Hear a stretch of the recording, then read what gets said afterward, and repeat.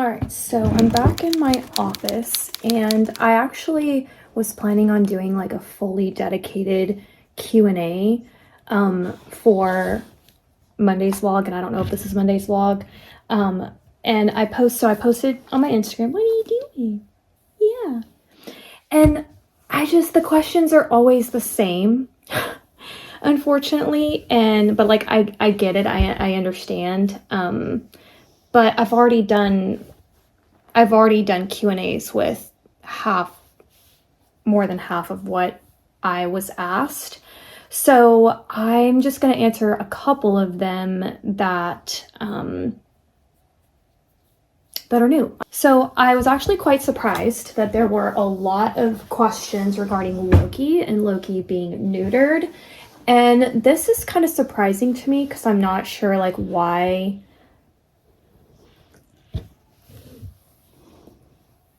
that would be something people want to know personally. Like, I don't know, I just don't understand it, but I'll go ahead and answer it.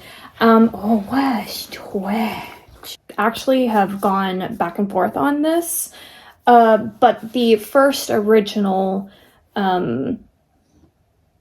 answer would have been yes, I was going to neuter him, but not until he was 2, which I have already talked about this as well, because that's when he stops growing. And if I were to ever neuter him, it would be after that. I think it's very wrong. And this is just my personal opinion. I've had doctors for myself misdiagnose me, not really help me. So I don't use their word as like God. So I'm just going to preface by saying that, okay? And after Loxie's vet, the way they treated her in her last final weeks, and then everything else, like if you had watched pretty much all of my videos and you saw lots of times where I was really frustrated with that vet and just all of these other things that I found really weird and they never really helped.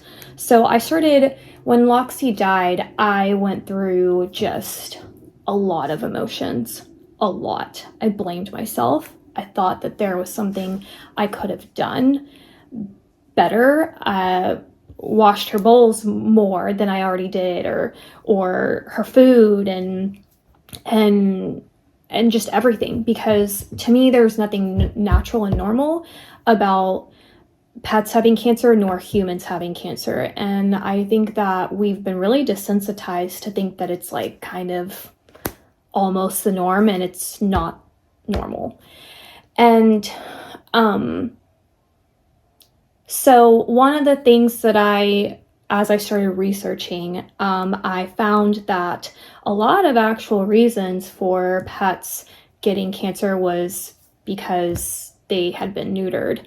And again, I get that vets are going to say something else. They also really push to have animals neutered early on, which like even that, I would definitely stay away from that myself. In no way am I suggesting what you should do with your animal. Do what you want. I'm just talking about me specifically. Definitely don't want to neuter or spay until they've reached their skeletals done, because it could definitely mess with that. It messes with their hormones, it messes with their stunt growth and all of that, and that's bad. That's just my own opinion. I'm not a vet. So again, throwing that out there. But after watching a bunch of other pet owners and just testimonials and just a bunch of stuff, I've actually decided that I'm now most likely not going to neuter Loki at all, for health reasons. I've really gone back to thinking a lot about God and how we were put here, how we were made here, and there's really kind of nothing natural about doing stuff like that to animals, in my opinion. But then like there's a lot of natural things that I should be doing that I'm not doing. But so the answer is no. And I know what that means. I know that he's not going to be able to really go to dog parks and do stuff like that. But actually, after watching personal trainers as well, they don't actually recommend dogs going to dog parks because you never know what they're sniffing. You never know if other dogs are vaccinated and stuff like that. So I think Loki's dog park days could be over. I also know that if I ever wanted to take him to daycare, I know there's actually daycares that do specialize where you don't have to be neutered and spayed, but that is just a personal choice that I've made for Loki. I think it's healthier and more natural for him to remain in the state that he was made. I was also asked if moving to Florida helped with my allergies and my cough and all of that, and that's been one of the most shocking and disappointing factors for me, to find out that no, it didn't do what I thought it was going to do. And it makes sense that because when I would come to Florida, I was always coming at points where humidity was high. And I had no idea that it could be, as a matter of fact, very dry.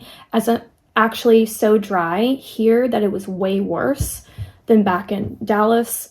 I would wake up like just like my whole mouth, my throat completely dry, and I would wake up to coughing fits, and it's been one of those like moments where you're like, oh, this was a really big key reason for this, and I've been coughing. So the answer is no, it didn't help with that. I was also asked a lot on how I've adjusted to being here, and there's just a lot of different answers.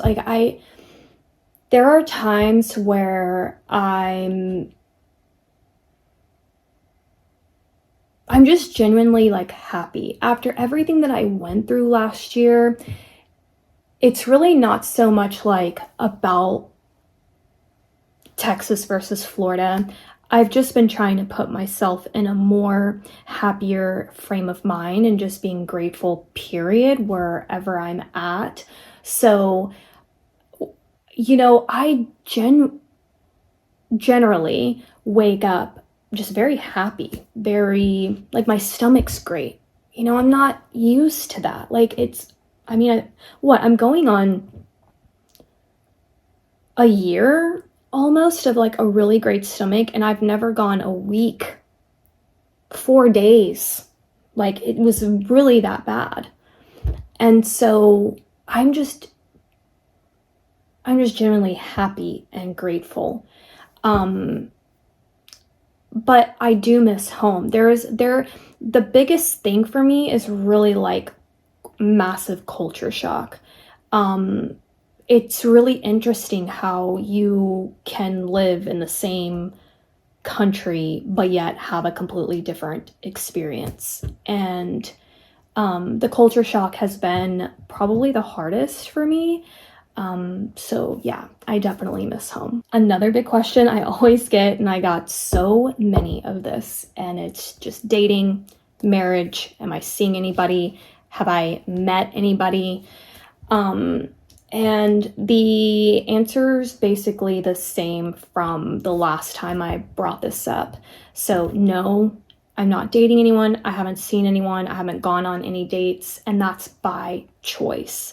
And I think that's like, I don't know, I'm guessing that people just find that very interesting. And I get it because there's a lot more people that just like date and get into relationships and get married versus people that just like remain single. And so I get the curiosity of that, but like I'm actually choosing. I do make the funny jokes, maybe not funny, but like I do make the jokes about me and men and like how single I am. But I actually am very much choosing to be in the state. My last relationship, I was very much in love with him. And he was like, out of everyone I dated, he definitely had like the one feel.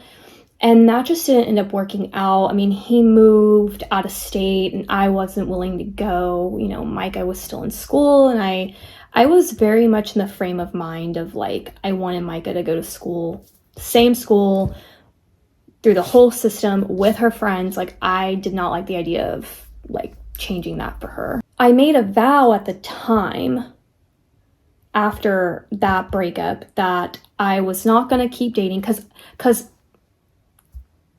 before that breakup, I had really been dating all of Micah's life, like always going on dates, you know, boyfriends, dates, guys, like, and just trying to find the one, right? And when I broke up with him, I thought, I'm not going to do this anymore. Like, I just want to focus on Mikah. And I made a promise to myself. I think she was going into like the 7th grade. And I made a promise to myself that I was going to just focus on her and I wasn't going to do any dating until after she graduated high school. That was my goal. That was what I wanted. And when I got to her graduation, I had a newfound revelation. I was just like, I have really enjoyed not doing that. I enjoyed the no drama. I enjoyed focusing on myself, focusing on my daughter. I enjoyed having my own space. And it really has nothing to do with the guy. It's more so how I am in the relationship. And I reflected back and I remember thinking like when we lived together, I was more like, oh yeah, we can just do whatever, even though I wanted to decorate my way. But like, I never really stood up for myself, or I always found myself kind of like dressing how I thought he would like. Again, me, not the guy, because he never made me feel like that at all. It was just like me internalizing that. And I just liked being able to be myself without being hard on myself. And I guess one thing has led to another, and here I am still, and I'm okay with it. Like, do I think I'll ever get married? I don't know. I'm not against it, but I'm not searching for it. I'm not against some random guy like coming up to me and me falling for him. Like, I'm not against that. I mean, if it happens, it happens. I'm just not putting myself out there. Like, I'm not in search of it. And I'm okay with that. And I'm thinking back to one specific lady who asked me, and she said, well, I'm 35 and I'm single, that's why I'm asking. And I don't know if it's like hard for you. I think it just depends. I think some people just want to be in a relationship. And I can't give advice on that because that's not the frame of mind I'm in. I don't want that. Again, if the right guy came along, I probably would want that. But I don't want it just to want it.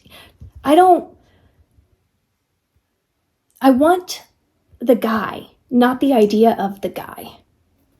So if the guy shows up, I'll be with him because it's him, not the idea of him and just like, oh, just because I need to be with someone. You know what I mean? I was also asked by Jay, my top 3 favorite Golden Girls episode. That is actually a very good question because only one specifically straight up comes to mind, and that is the case of the Libertine Belle. Like, I even know the title of this episode and everything. It's where they do that murder mystery weekend. You can't tell me that is not the funniest Dorothy and Sophia have ever been, because it cracks me up. Like, it's my number 1 favorite episode. Other than that, I can say that I do tend to lean more towards the earlier seasons. Like, season 2 is probably like one of my faves. 1, 2, and 3. As it gets towards the end, I just think they ended Golden Girls completely wrong, like, in my opinion. Like, they should have all stayed there together. Like, we get it. We get that they could have moved on and been at that age and married. Like, yes, clearly. And honestly, like, realistically, Blanche, in my opinion, would have been the first one to get married off just because of the way she is. But why do they have to do us like that? Why? Why did Dorothy have to leave like that? It's a no for me. So I find myself kind of like not really watching some of the later seasons. So yeah. Oh, there's another episode I can say that I really, really like because it like always tears me up. It's the episode where, is it the one where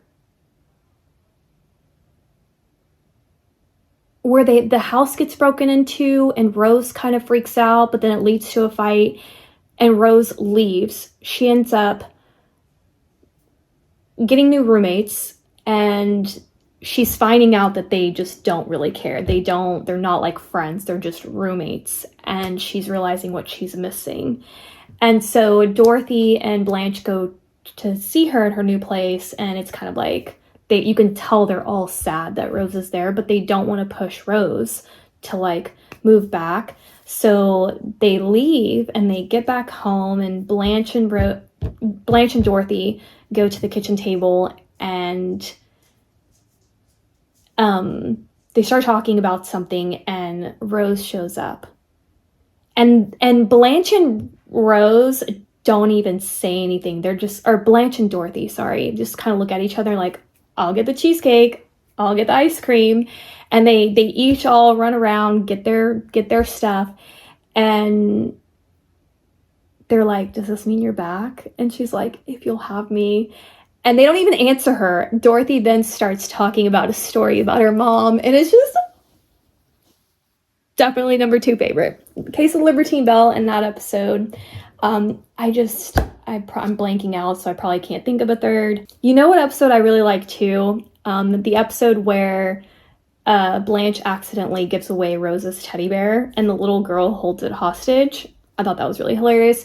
And for once, I really liked like how Rose took care of that. I think they wrote Rose a little too dumb. It was just too like over and over the dumb lines. Like, it was nice to kind of get a break from the dumb lines and just have her say something like smart, funny, and witty. I was also asked what my blood pressure was. I don't know. Anytime I've ever gone into a doctor's or I was like sick and went in for my stomach, I was always normal, I guess. I was also asked, what are my furniture covers in my living room, but they're technically covers, but they're part of that specific couch, so it goes together, if that makes sense. I did not buy them essentially separately. And I got them from Grandin Road. I was asked about my least favorite holiday and also if I decided to enclose my patio or not and like what happened with that. So with my patio, I went through several different things with that. But essentially, I was going back and forth between screening in and doing like a motorized screen on certain parts, but then like permanently screening on certain areas. And then I was going back with having like glass and like fully closing it in so that I could run AC and heat into it. And that way I could kind of like get use out of my fireplace and make it seem like it was inside the house. In the end, I decided that I didn't want to go with the glass because when you use glass, you have to use quite a bit of like molding of some sort, I guess, where the glass sits in between. Paneling, I guess, is a better word. And there was just too much paneling in the end that I thought was going to really kill the view.